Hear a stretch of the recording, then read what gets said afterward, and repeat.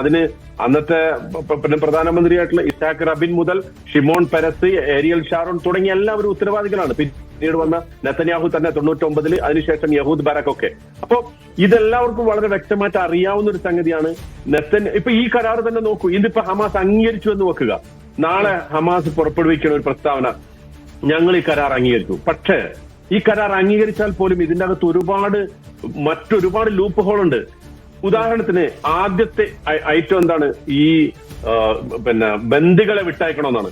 ബന്ദികളെ വിട്ടുകിട്ടിയാൽ നെതന്യാഹു ഈ യുദ്ധം പുനരാരംഭിക്കില്ല എന്നതിന് ഒരു ഗ്യാരണ്ടിയുമില്ല.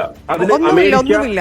അത് താങ്കൾ ട്രംപിന്റെ വാക്ക് ശ്രദ്ധിച്ചോ? സമാധാന കരാർ അംഗീകരിച്ചില്ല ഹമാസെങ്കിൽ ദുഃഖകരമായ അന്ത്യമെന്ന് ആരോടാണ് പറയുന്നത്? 65,000 മനുഷ്യരെയാണ് 2 വർഷം കൊണ്ട് പിഞ്ചു കുഞ്ഞുങ്ങൾ ഉൾപ്പെടെ കൊന്നുകളഞ്ഞത്. അവരോടാണ് വീണ്ടും പറയുന്നത് ദുഃഖകരമായ അന്ത്യമെന്ന്. അതായത് ഇപ്പോഴത്തെ ഈ സംഗതി, ഇപ്പോ ഗസ തീർക്കും എന്ന് പറയുമ്പോൾ ഇതുവരെ ഗസ തീർത്തിട്ടില്ലേ എന്ന ചോദ്യമുണ്ട്. ഗസയ്ക്ക് വളരെ ദുഃഖകരമായ പര്യവസാനമാണ് കാത്തിരിക്കുന്നത് എന്ന് പറയുമ്പോൾ ഇതുവരെ വളരെ സന്തോഷകരമായ അവസ്ഥ അവർക്ക് ഉണ്ടായതുപോലെയാണ് പറയുന്നത് കേട്ടാ തോന്നുന്നത്. അപ്പോ ഇതിന്റെ അർത്ഥം വാസ്തവത്തിൽ ഈ പ്രശ്നത്തിന്റെ അടിസ്ഥാന മൂല കാരണങ്ങളെയോ അതല്ലെങ്കിൽ ഏതെങ്കിലും അർത്ഥത്തിൽ ഫലസ്തീനികൾക്കൊരു നീതി, അവരുടെ ഒരു ബേസിക് അവകാശങ്ങളെ പരിഗണിക്കുകയോ ചെയ്തിട്ടില്ല. ഇവിടെ നോക്കൂ, ഇപ്പൊ ഹമാസിന് അന്ത്യശാസനം കൊടുക്കുന്നു. പക്ഷെ മറ്റു ഫലസ്തീനികളോ ഹമാസിനെ നമുക്ക് വിടാം. ഹമാസ് ഇവര് പറയുന്നത് പോലെ ഒരു അരികുവൽക്കരിക്കപ്പെട്ട ഒരു സംഘമാണ് മാറ്റി നിർത്താം.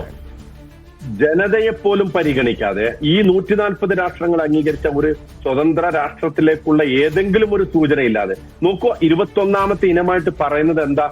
ഈ ഫലസ്തീൻ രാഷ്ട്രത്തിലേക്കുള്ള ഒരു സൂചനയും പറയാതെ പിന്നീട് യുണൈറ്റഡ് സ്റ്റേറ്റ്സ് ആശയവിനിമയം നടത്തും. ഇസ്രായേലും ഫലസ്തീനികളുമായിട്ട് ആശയവിനിമയം നടത്തും. എന്തിനാണ് ആശയവിനിമയം നടത്തുന്നത്? ഫലസ്തീനികളുടെ സ്വയം നിർണയാവകാശത്തിലേക്ക് എത്തുന്നതിനുള്ള ചർച്ചകൾക്ക് ആശയവിനിമയം നടത്തും. എന്ന് പറഞ്ഞാൽ അത് പറയാതെ പറയുന്നത് നിങ്ങൾക്കൊരു രാഷ്ട്രം തരില്ല എന്ന നെതന്യാഹുവിന്റെ ആ വാദത്തെ ട്രംപ് ഏറ്റുപിടിക്കുകയാണ്. എന്ന് പറഞ്ഞാൽ ബേസിക്കലി ഇതാണ് അവരുടെ ലക്ഷ്യം. അധിനിവേശത്തെ മുന്നോട്ട് കൊണ്ടുപോകുക. അധിനിവേശത്തിന് നെതന്യാഹുവിനോടൊപ്പം ട്രംപും കൂടി ഉൾപ്പെടുന്ന ഒരു ഭരണസമിതി ഗസയെ ഭരിക്കുക. നേരത്തെ പറഞ്ഞ ഗസയെ ഒരു റിവിയറ ആക്കിയിട്ടില്ലെങ്കിലും അവിടുത്തെ ഒരു ഇക്കോണമിക് സോണും അവിടുത്തെ ഒരു ബാക്കി മറ്റെല്ലാ സർവീസുകളും ഈ പറയുന്ന ഒരു അന്താരാഷ്ട്ര സംഘത്തിന്റെ കീഴിൽ കൊണ്ടുവരിക. ഫലസ്തീനികൾക്ക് വേണമെങ്കിൽ പോകാം, അല്ലെങ്കിൽ നിൽക്കാം.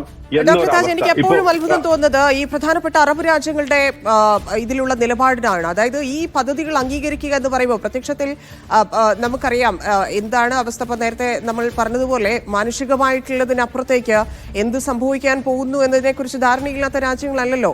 അപ്പം ട്രംപ് ഇതിൽ ഇടപെട്ടതുകൊണ്ട്, ഇല്ലെങ്കിൽ ട്രംപ് മുന്നിൽ നിന്ന് നയിക്കുന്നത് കൊണ്ട് മാത്രം അത്തരത്തിലൊരു നിലപാട് അറബ് രാജ്യങ്ങൾ എടുക്കാമോ?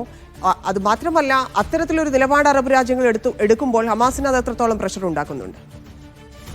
ഇവിടെ നോക്കൂ, നമ്മൾ ഇതിന്റെ അകത്ത് കാണേണ്ട ഒരു വിഷയം, ഈ അറബ് രാജ്യങ്ങളുടെ ഏതെങ്കിലും അർത്ഥത്തിലുള്ള ഒരു പ്രതിനിധി ഉൾപ്പെട്ട ഒരു സംഘം നടത്തിയ ചർച്ചയല്ല ഈ തീരുമാനത്തിലേക്ക് എത്തുന്നത്. ഇത് നെതന്യാഹുവും ട്രംപും ചേർന്ന് വൈറ്റ് ഹൗസിൽ നടത്തിയ ഒരു ചർച്ചയുടെ ഒരു ഫലമായിട്ടാണ് അവർ വന്നിട്ടാണ് പ്രസ് കോൺഫറൻസിൽ ഇത് പ്രഖ്യാപിക്കുന്നത് ഇന്നലെ രാത്രി. എന്ന് പറഞ്ഞാൽ അതിന്റെ അർത്ഥം ഈ പറയുന്ന രാജ്യങ്ങളുടെ അഭിപ്രായങ്ങളോ അവരുടെ ഏതെങ്കിലും അർത്ഥത്തിലുള്ള നിർദ്ദേശങ്ങളോ ഒന്നും ഇത് പരിഗണനയ്ക്ക് എടുത്തിട്ടില്ല. ഇതങ്ങ് സമർപ്പിച്ചു, എല്ലാവരും ഇത് അംഗീകരിക്കണം.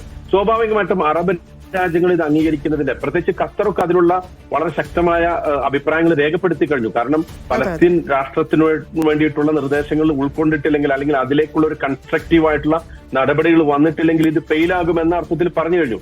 മറ്റു രാജ്യങ്ങളെ സംബന്ധിച്ച് അവർക്ക് അങ്ങനെ പറയാൻ പോലുള്ള ഒരു അവസ്ഥ ഇല്ല എന്നുള്ളതാണ് നമ്മൾ മനസ്സിലാക്കേണ്ടത്. ട്രംപിന്റെ ഒരു തിട്ടൂരമാണ് ഇത് വാസ്തവത്തിൽ. എന്ന് പറഞ്ഞാൽ ഒരു അന്ത്യശാസനം കൊടുത്തിട്ട് എല്ലാവരെയും അംഗീകരിപ്പിക്കുക. ഞാൻ പറഞ്ഞല്ലോ, ലോകക്രമം ആ ഒരു അമേരിക്കൻ ഹെഗമണിയുടെ പുറത്താണ് ഇപ്പോ നിലനിൽക്കുന്നത്. അതിന്റെ ബലത്തിൽ തങ്ങളെ കൊണ്ട് തങ്ങൾ പറയുന്നത് എല്ലാവരും അംഗീകരിച്ചു കൊള്ളണം എന്ന ഒരു മേധാവിത്വ അധീശത്വ മനോഭാവത്തിന്റെ ഭാഗമായിട്ട് ട്രംപ് പുറത്തു വിടുന്ന ചില കൽപ്പനകളാണ് ഇതൊക്കെ.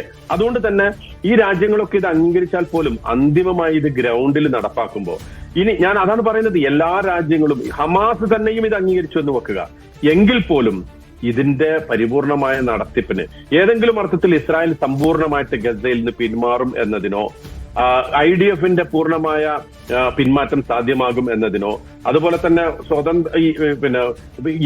നെതന്യാഹു വീണ്ടും ഈ യുദ്ധം പുനരാരംഭിക്കില്ല എന്നതിനോ യാതൊരു തരത്തിലുള്ള ഗ്യാരണ്ടിയില്ല.